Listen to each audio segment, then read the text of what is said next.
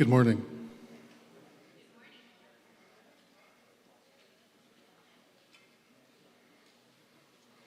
I am nervous and excited to be able to talk to everybody today.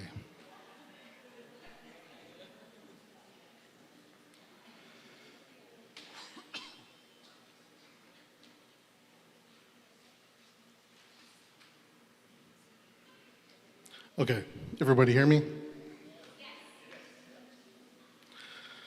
Well, good morning. My name's Chance. I wanted to come here today and talk a little bit about NAGPRA.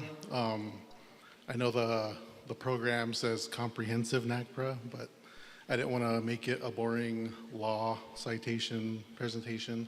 So I'm going to talk about my own personal relationship and experience within working with NAGPRA, within my position, and within who I am as a Native person.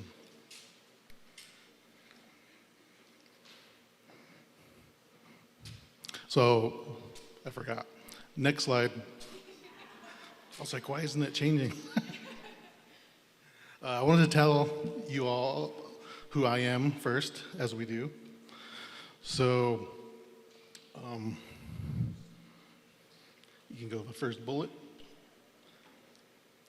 So I am Mnikowoju and Hunkpapa Lakota, and I was born and raised in Eagle Butte, South Dakota. Both my parents are from there, so both sides of my family are from there. So when I go home, I have hundreds of cousins, aunts, uncles, friends, and my father is Will Ward. He was real big into rodeo in the 80s. My dad's side of the family's real big into cow ranching, kind of cowboy lifestyle. And then my mother's Cindy Red Bear. And my mother's side was kind of the complete opposite. We were very traditional, spoke the language, went to ceremonies with my uncles and cousins, kind of being around the language. And my experience, I'm not a fluent speaker at all. And sometimes I laugh because my mom's brother, she's one of our tribes, or our reservation's certified culture and language experts, who was also my teacher in high school. And here I am, not fluently speaking, so I don't know what happened there. And then, next bullet, school. So my education, my upbringing, I went to Cheyenne Eagle Butte High School, go Braves, all through Head Start, all the way through high school graduation.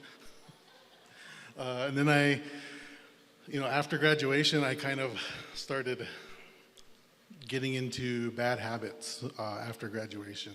And I very much was just okay with that. And it took a complete stranger to say a couple sentences to me to really make a light go off in my brain, to really flip the switch, as I call it. And it inspired me to want to try and go to college. So I tried to find somewhere that wasn't super expensive, because if I didn't like it or couldn't do it, I didn't want to owe a lot of money. So I ended up applying to SIPI, which is a tribal college university in Albuquerque. And it was really hard for me at the first semester. And I think it was more because I didn't apply myself like I should have. And I think because it was a Native institution, the social activities, making friends, seemed more important that first semester. But after a while, I think as I was learning what critical thinking was and the importance of having Native people with degrees and experiences and knowledge, I eventually got my 2-year degree there. And then I transferred to Fort Lewis in Durango, got my bachelor's degree in Fort Lewis in anthropology. So after that, I ended up doing archaeology work for about 5 years. And I wanted to do archaeology because I read all the issues within the archaeology field, that most of the work, if not all the work, has been done by non-native people, right? Old white guys with PhDs who have all the expertise and interpretation of what our culture is. And I really enjoyed it. It was exactly what I thought it would be. I was the only native person on my crew. But it was, fun to be out there. It was basically getting paid to like hike, camp, look for things on the ground. Got to go in areas where, most people don't get to go because we're not on trails. We're way out in the middle of nowhere, up in the mountains, in the forest, camping out. Also scary. But I started thinking more long term, like, is this something I want to do for the next 5 years, 10 years? And I knew that I didn't want to do that forever. And that's kind of what drove me to apply to grad school. So I applied to a few places, and the University of Colorado in Boulder actually had one of the better programs, but also provided a lot of funding for grad students. And I think the state just passed the bill about providing tuition for Colorado residents, or if you're a member of the 48 tribes. So I ended up going there for museum studies.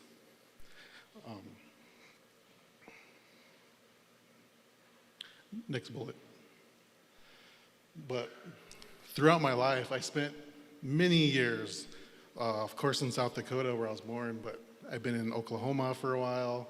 I spent many years in Arizona, New Mexico, Albuquerque, and then I've been here in Colorado for 9 years.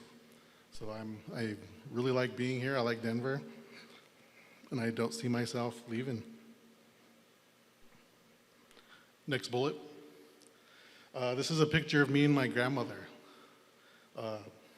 just because she passed away when I was in high school, and I still think about her all the time. And I just wanted to share a photo. And I didn't know this photo existed until this past summer. I went home in June, and my mom brought out all the old photo albums. So I took a bunch of photos of photos. So that's why it's grainy and blurry.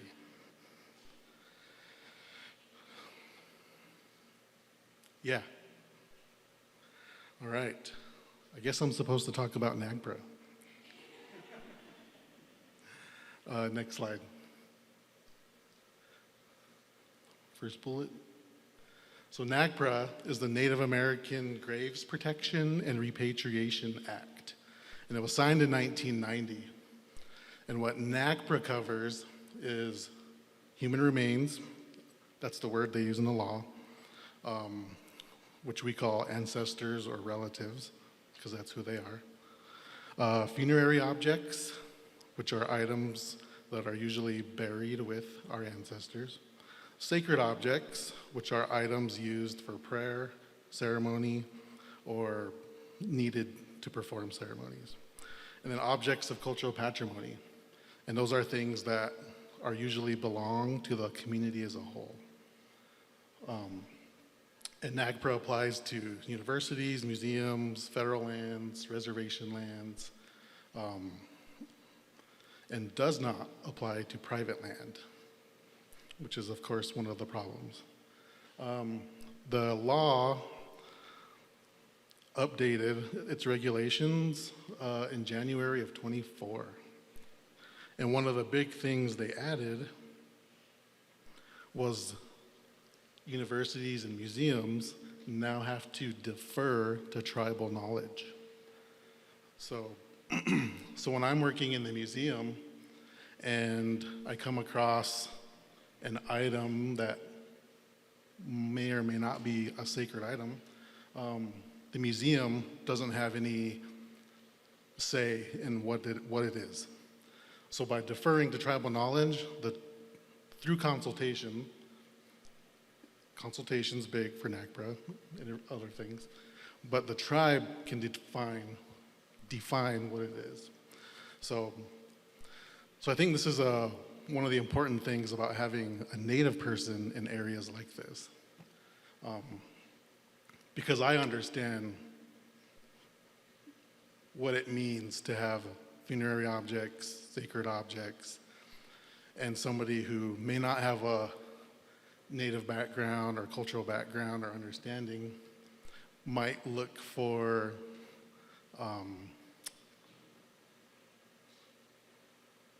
other expertise. A lot of museum objects that have been in museums for a long time, they usually come in with information, which is called provenience. And if the provenience doesn't say at that time it was brought in that it's a sacred item, if it's a museum that's not willing to do their NAGPRA work, they might use that as a roadblock. And this is where it's important to have Native people in these areas, in these spaces. And basically what NAGPRA does is if you receive any federal funds, you have to do consultation work, create summaries, inventories, so that ancestors and our cultural items can be returned to their tribe or their people. And the Smithsonian is not subject to NAGPRA. And that's because they created their own law the year before NAGPRA. So it's sort of, I don't want to say exempts them, but it has a different federal governing body. I think for their law, I think Congress is over them. And then for NAGPRA, it's NPS, National Park Service. Next slide, or next bullet. So I wanted to explain what repatriation has meant to me since doing this position. So for many years, our ancestors were taken, kept in boxes, hid down in dark, dirty storage rooms. So repatriation means that we can finally have a way to bring them home. It means our people can care for them with ceremony, prayer, and love.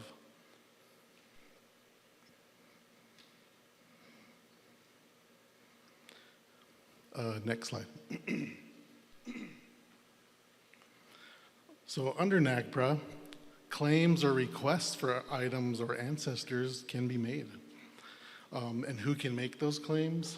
Lineal descendants and tribes. In the law, they use Indian tribes, but they mean federally recognized tribes. And I want to make the point that lineal descendant, this is how the law defines it.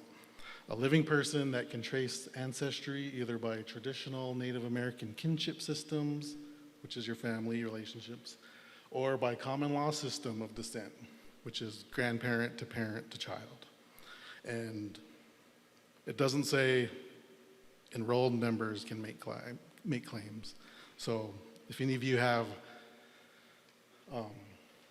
known items in museums that belong to somebody in your family, there might be a way for you to get it back.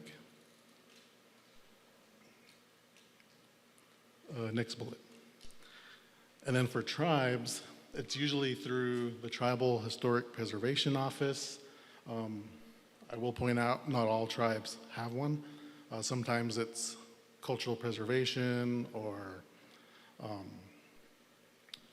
sometimes it falls on council or chairman if they don't have one. But it generally needs to be somebody authorized by the council to do this work. So unfortunately, you can't work with somebody who isn't designated by the council.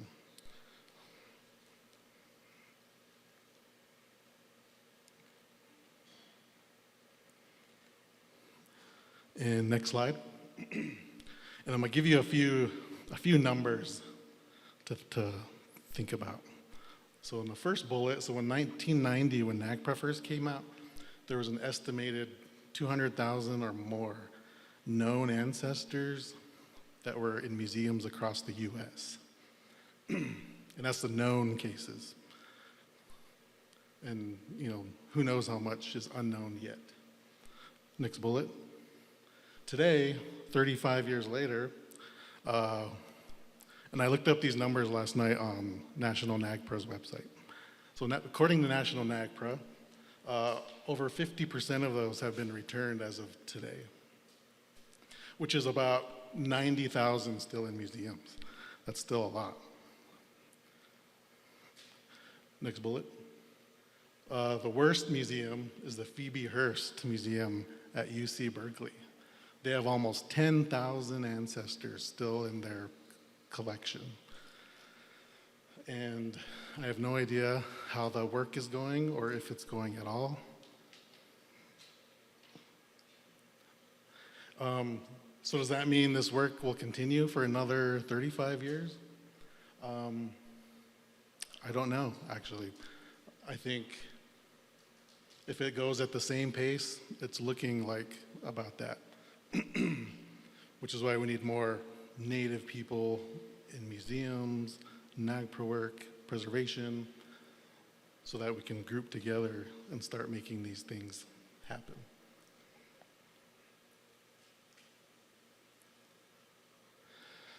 Okay, next slide. So I work at History Colorado, which is downtown, and I'll give you some of the numbers from History Colorado. And a lot of these are done before I worked there, so there's a lot of good work that was done by my predecessors. So it's definitely like a group effort that just is ongoing. So from 90 to 25, how many ancestors and funerary objects has History Colorado returned? Next bullet. So History Colorado has returned over 2,000 funerary objects since 1990. And those are items that are usually directly with a burial or an ancestor. 230 unassociated funerary objects. Those are things that are known to be from a burial, but maybe there was no context or they were removed by archaeologists, non-native archaeologists. 904 ancestors have been returned. It was 800 and something when I started. One sacred object earlier this year, and I was surprised to see that number. When I was putting these numbers together a few weeks ago, it surprised me to know that those first three categories, the number was so high, but this number was at 0 until I started working there. And I'll talk a little bit about this one. Somebody in here knows just as much as I do about this one, and I won't say who, but in the 90s, this item was requested 3 times from History Colorado, and all 3 times it was denied because the staff at History Colorado wanted to put the burden of proof, evidence on the requester, whether it was video, photographs, some kind of written document. So it was denied.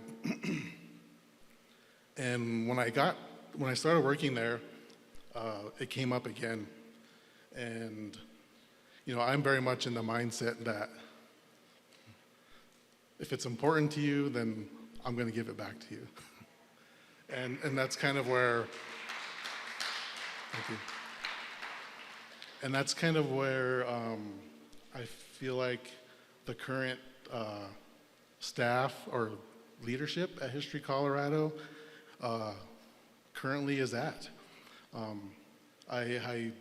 Since I've been working there, I feel very supported in doing this work and doing it the right way. I just hit my 2-year anniversary. I haven't received any pushback. Why am I doing this? Why am I doing that? No one's questioning what I'm doing, the way I'm doing the work. And I'm very fortunate, and I understand that in other museums that may not be how it is there, because I hear the stories from people all the time. Next bullet. And we also returned one object of cultural patrimony a few months ago. Also the first one. And another thing that History Colorado has never done until recently is now we can continue to care, to steward, to hold on to repatriated objects. Before, I believe it was once something was repatriated, the tribe or the individuals had to come pick it up so that it was out of our building. But now, I had to explain that some tribes don't have a collection area. They don't have a museum or somewhere safe to keep things. So earlier this spring, we created a long-term tribal loan agreement so that we continue to hold it, care for it, all to the tribe's wishes. So if they want it in a box, if they want it in the open, if they want it pulled out in the spring, if they want zero research access, we will do all of those things. Next bullet. And now that I'm there, I know my position has NAGPRA in it, but I think with the new regulation changes, NAGPRA has become a whole lot broader. It's not just archaeology, human remains, and objects. The new regulation changes, they added receiving informed consent, which is another big one. This includes access to items for research, study, no more using our culture for doctorate dissertations without permission. So it gives tribes a whole lot more control. OSAC, that's Office of the State Archaeologist. Part of my job is in the State Archaeologist Office, and exhibits. I didn't go to school for exhibits and I didn't know a whole lot, but I feel that it's important to be in that too. Bringing in tribes or tribal reps very early on, right? We have a exhibit at History Colorado, if you haven't been there yet, on the Sand Creek Massacre. And I wasn't there for the development for that, but how I understand was History Colorado did a very bad exhibit about 12 years ago or so that got shut down because they didn't include the tribes in any part of it. So I think this new one was kind of an attempt to fix that, to make the relationship right. And people like Cheyenne and Arapaho of Oklahoma were involved. Fred over there was involved, pretty heavy. I see him pretty regularly, so it's fun to know that they're involved in everything and continue to be involved. So exhibits are been added to my plate. Next slide. And I want to talk a little bit about NAGPRA and myself. First bullet. So growing up, even though I grew up on my reservation, I had no idea NAGPRA existed while I was living there. The way I learned about NAGPRA was going to school, going to SIPI. I didn't know what cultural preservation was. I didn't know my tribe had a TIPO office. I didn't know any of that. So I often ask myself, why? Why did I not know those things? And I don't know if it's because it's not always public information,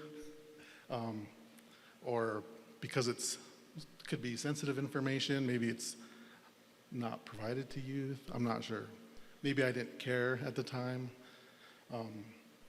So because of that, I'm outside of work. I'm trying to, I was gonna say write a book, but I'm not writing a book. I'm adapting a kid's workbook, kind of aimed at 10-year-old age range, to sort of give them a basic understanding of what cultural preservation is, what a TIPO is and does, why it's important to have Native people in charge of these areas, and that this is a potential career if they wanted to take it that far. And I'm hoping to have it published by December of next year. So trying to figure out ways to work with youth. Next bullet. So in all the areas of my education, work experience, I've always been told the problems with museums, with archaeology. And of course, that's what drove me to go into this field. I knew that there needed to be Native people in these areas. Next bullet.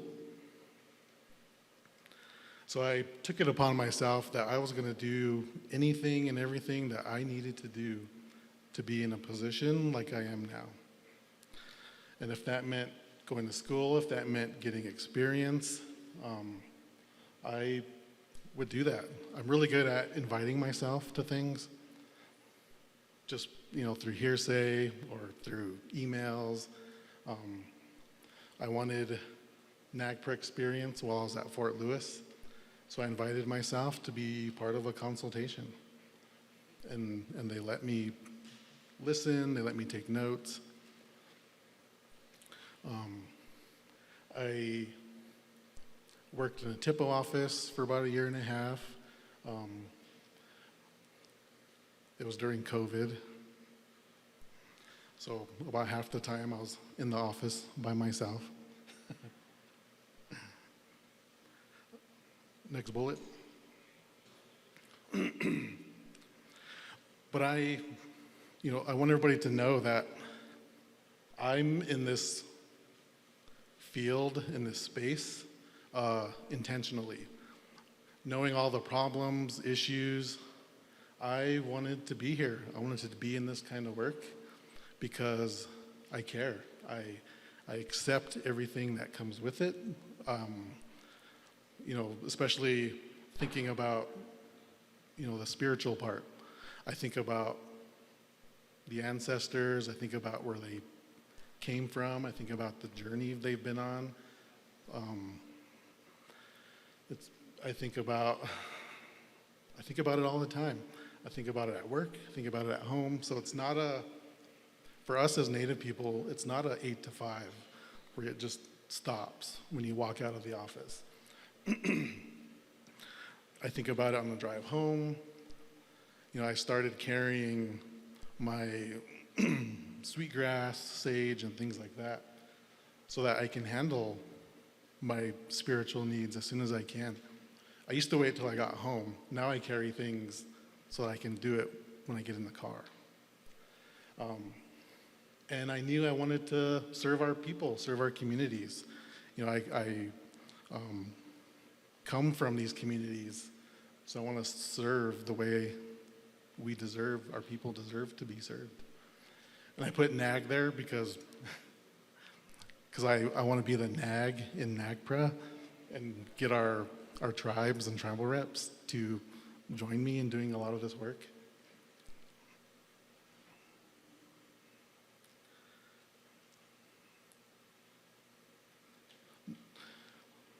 But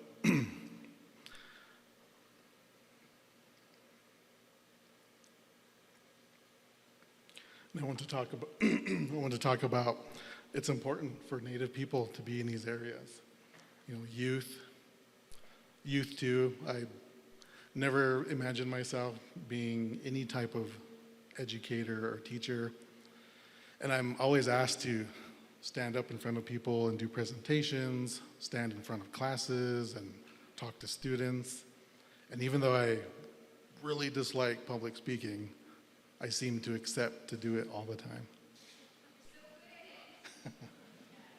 So maybe I secretly love it.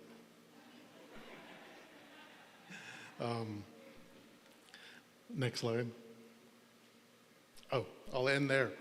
I thought I had one more. Round of applause, everybody.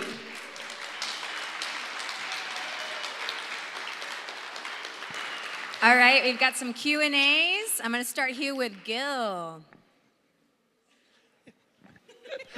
I didn't realize she was right behind me. Hey, Chance, thank you for that presentation.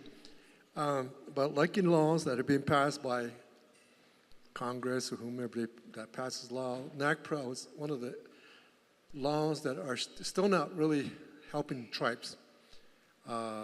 Even just as recent as last year, they added new language to make sure that the museums and institutions that have artifacts contacted tribes so that they can repatriate some of the items that they may have.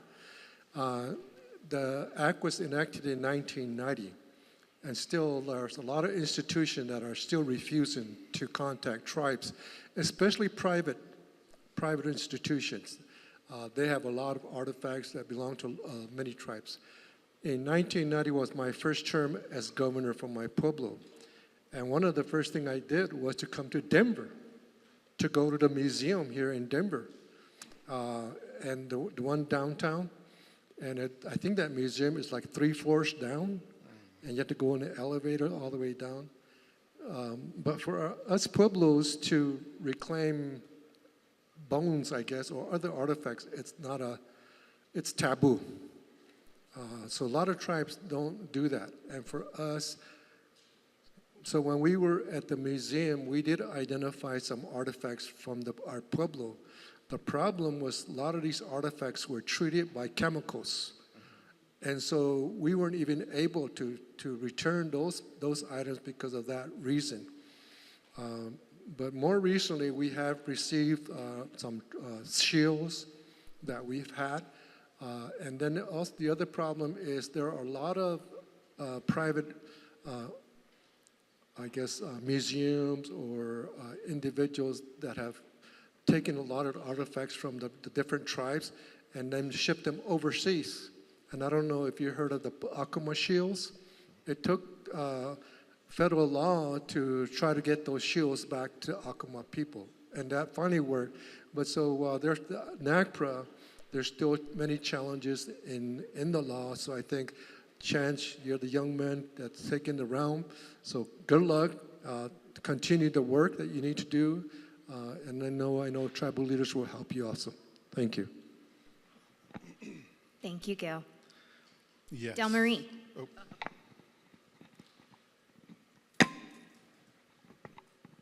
God, as I get older, I'm still really learning, but you know, NAGPRA really is something that we have to challenge because of the controversy for some of the sacred objects that were taken during the Wounded Knee massacre. And 2 tribes are kind of fighting over the thing. But my question to you is, have you delved into international law like he said? Because I've been to Europe 2 years ago, and my journey started trying to find my ancestry of all the information of my great-grandfather who traveled with Buffalo Bill. And that was all lost in the 1972. So when I tell my stories, I want validation. So I'm doing a lot of research, but we come across a lot of regalia that was left behind by the natives that traveled with Buffalo Bill. Is there anything that you, as a NAGPRA person, know about international laws with sacred items? Like you said, some of them are stolen or some of them are sold to people in Europe. So how does that apply? How does NAGPRA apply? In legal terms, NAGPRA wouldn't apply. It only applies here in the U.S. But there are international things like United Nations, UNDRIP, and in keeping up with connections to my community relationships, I talk with our Tipo all the time, and he mentioned to me before that he's also found items connected to our tribe over in Europe, Eastern Europe, and areas like that. So when he has time, eventually wants to start making connections and relationships to these overseas museums so that eventually he can go there and start making the working relationship to return some of these items. I hope that he invites me. But The other thing I wanted to say was back in 1994, I was surprised at that time. Like I said, I had no interest in regards to my history. But I want to thank the University of Colorado Museum for returning a ghost dance amulet that belonged to my great-grandfather. So I'm in possession of that. And I thank you very much for that. All right, I'm going to Cassandra, and then I think I have another on the other side of the room. So I'll be right over there. no more questions. Come on, you want this question. So besides your work experience when you worked with us and everything else, what have you found so far since coming out, the coordinator at History Colorado now, that the differences of when the old law went out of things and the new law, what have you seen, the conflicts or the things that are difficult now between the new law and the old law? I would say one of the pros, the benefits, is adding that duty of care requirement. Duty of care, which is new to the regulations, it requires three things. One is now museums have to take in the recommendations from tribes on how to apply cultural, spiritual care to objects. And as I mentioned earlier, if tribes say they want an item in a box, we'll do that. If they want a clear box, if they want it on the open shelf, if they want specific material to wrap it up, specific color, out in the spring, if they want it in the open air, we'll do all those things.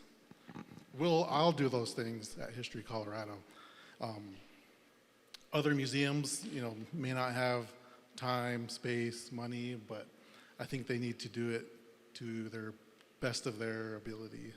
All right, thank you, and thank you for your presentation. I just wanted to say that you brought up something very important, was that lineal descendants. There is a hierarchy in NAGPRA. We think there isn't a hierarchy because of geological affiliation, Indian Claims Commission, oral history, all of that. That was always challenged. That was part of the challenges of coming back, because they always used Indian Claims Commission, and as we know, Indian Claims Commission was put there against against Indian tribes to say you weren't in a spot when you knew you were there.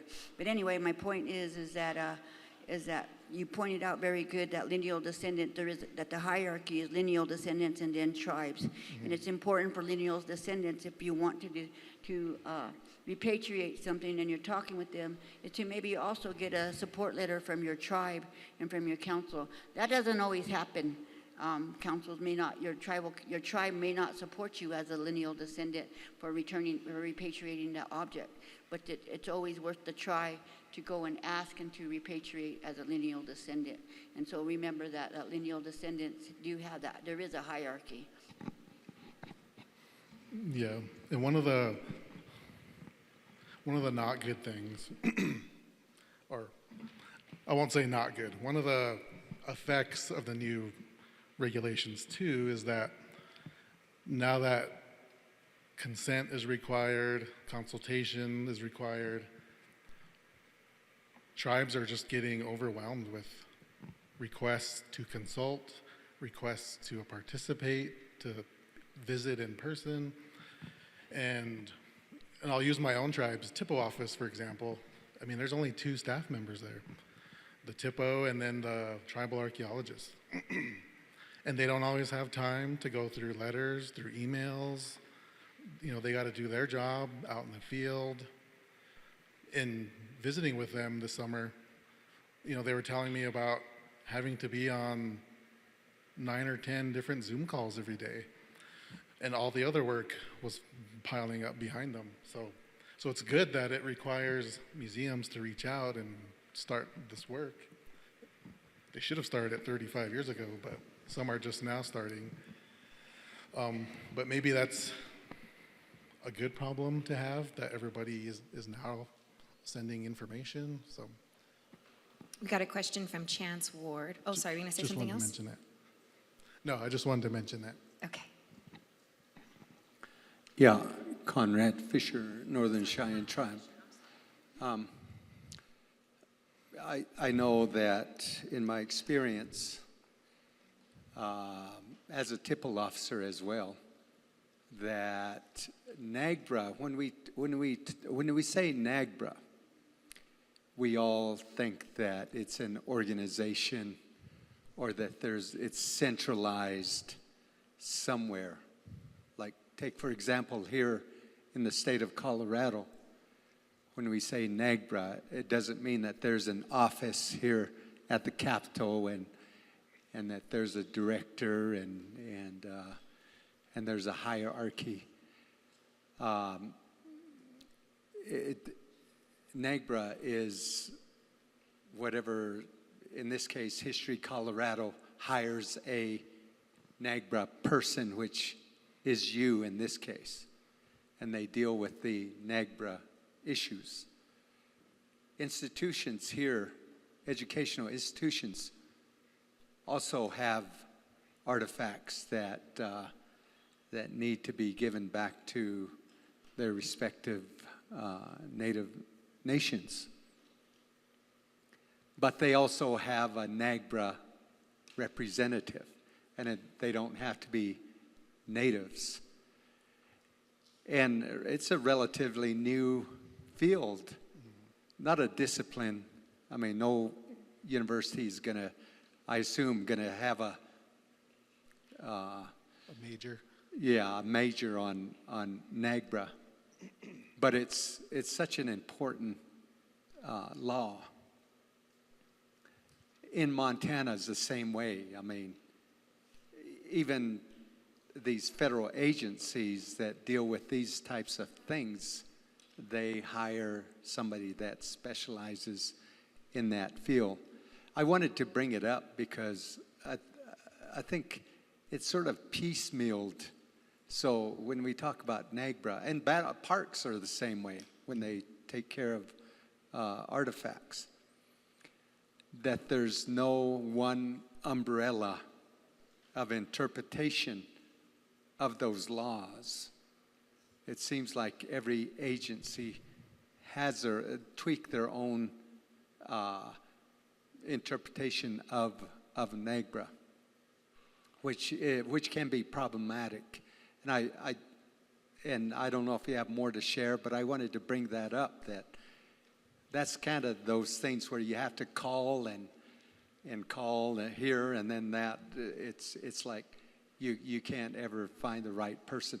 And then when you ask him, well, I'm not sure who the NAGPRA person is to talk to, but in your case, I'm glad History Colorado hired you to do those things, and rightly so. Thank you. Yeah, and I keep saying museums, but universities have collections too. And collections is just a group of things they're holding on to. It doesn't have to be just human remains. It could be pottery, it could be artwork, it could be field school archaeology from the 60s that hasn't been touched since then. Education, I get emails and calls all the time from small museums that want guidance or input. I had a few schools call me and say, we have human skulls in our collection. Do you want them?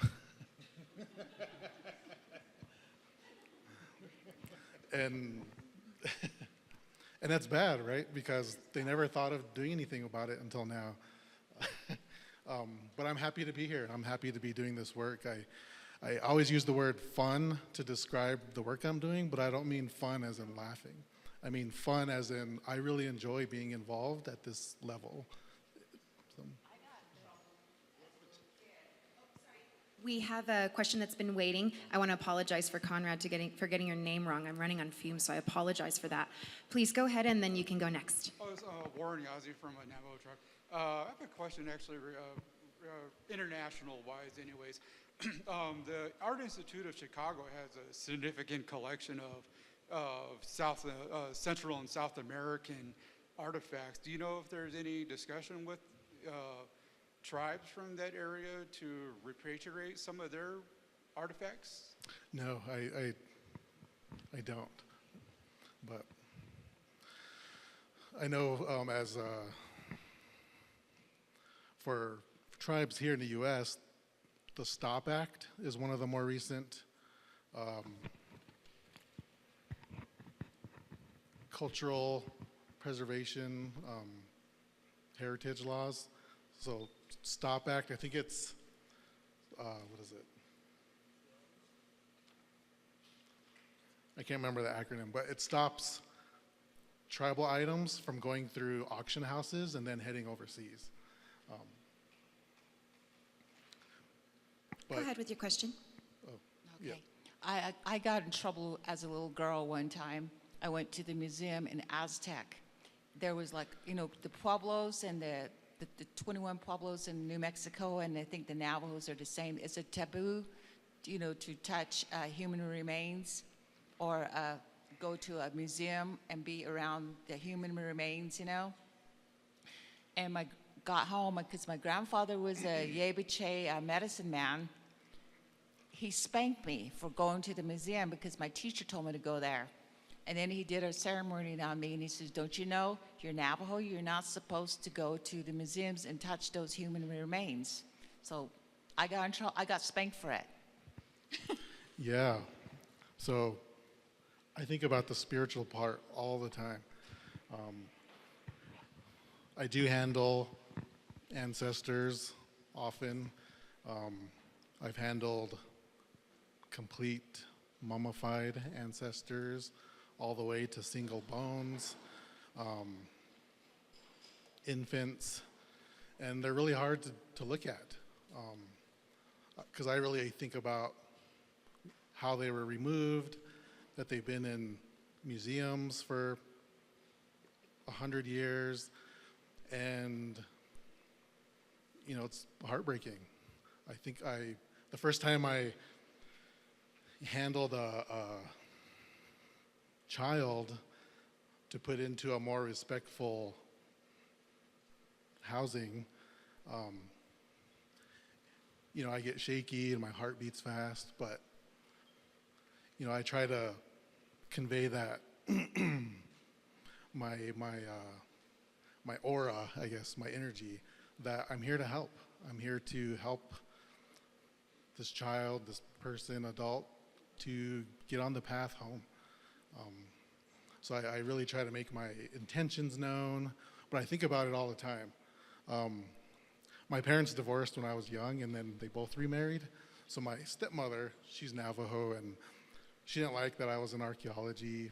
She didn't like that I was excavating these old sites, and she says the same thing to me all the time. She's like, did you handle ancestors or relatives? I said, yep.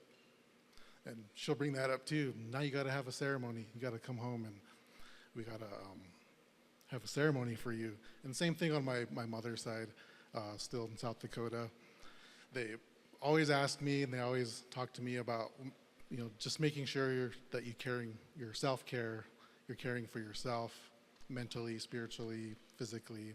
So I go home often. I was gonna say a lot, but not a lot.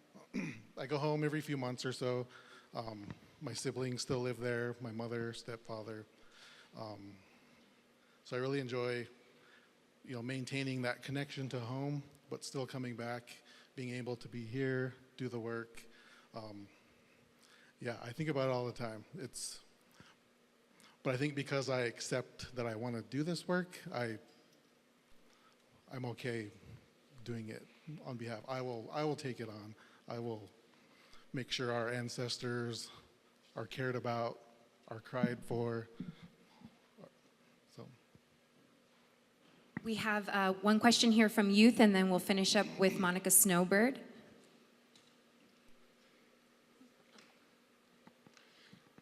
I wanted to ask, what were the programs you take that interest you into this job, and are they available for the youth now? Are they available to youth? Yes. And I guess for my specific journey, I don't think anybody would probably do the same things I did, but if youth are wanting to be in this field, it's definitely going into areas like archaeology, anthropology, museum studies, right? Because that's what the Western white folks want to see, the academic experience on your resume, the degrees and all that.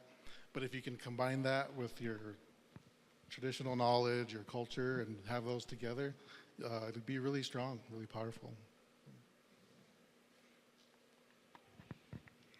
Hey. So And no more questions. Shut up.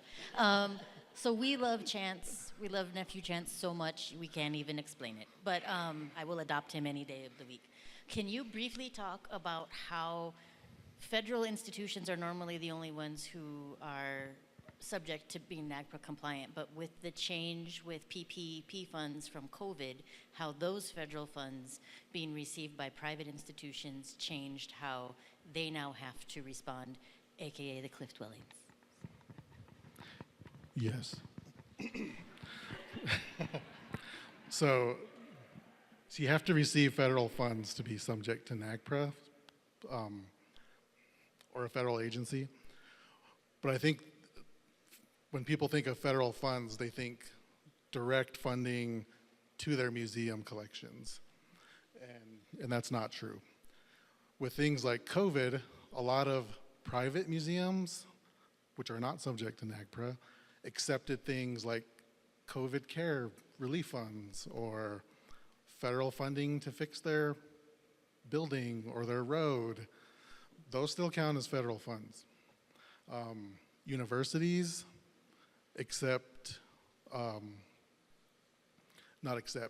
they provide things like federal Pell Grants. So universities are subject to NAGPRA.